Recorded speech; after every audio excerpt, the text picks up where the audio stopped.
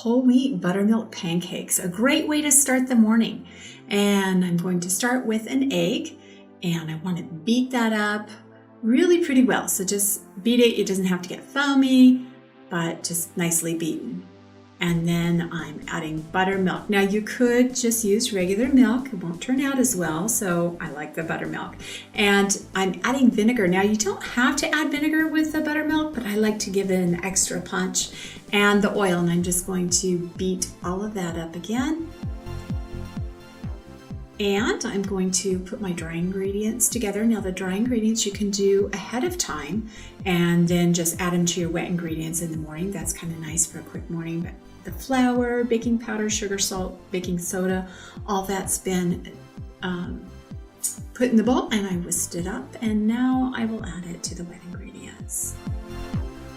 Now I'll start whisking that up, and I can tell I'm going to need some more liquid. So I'm adding more buttermilk, just a little splash at a time. And I again saw, still kind of clumpy. I'm adding more. And here in a moment, you'll see I needed some more.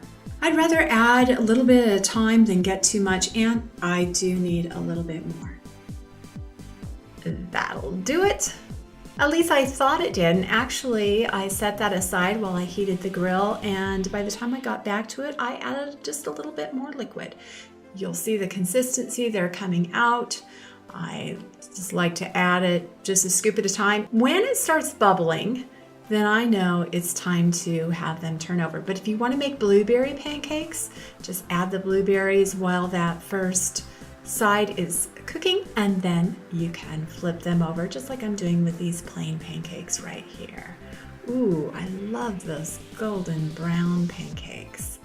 Nice and fluffy. You can see the rise they have, and we'll just wait on those. Doesn't take as long to cook the second side as it does the first, and then transfer to them to a plate while you cook the rest.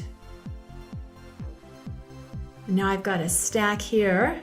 We'll put some butter on it and drizzle some syrup over the top. Now, if I was doing this to eat myself, I of course would put some syrup on each layer, but you know, for the camera, I decided we'll just do an ample amount on top. And don't want to lose our butter. And we'll get a nice slice so you can see what it looks like in those pancakes. Oh, so tender. Oh, just look at that. And I'll tell you what, besides looking good, they taste great. I hope you enjoy these.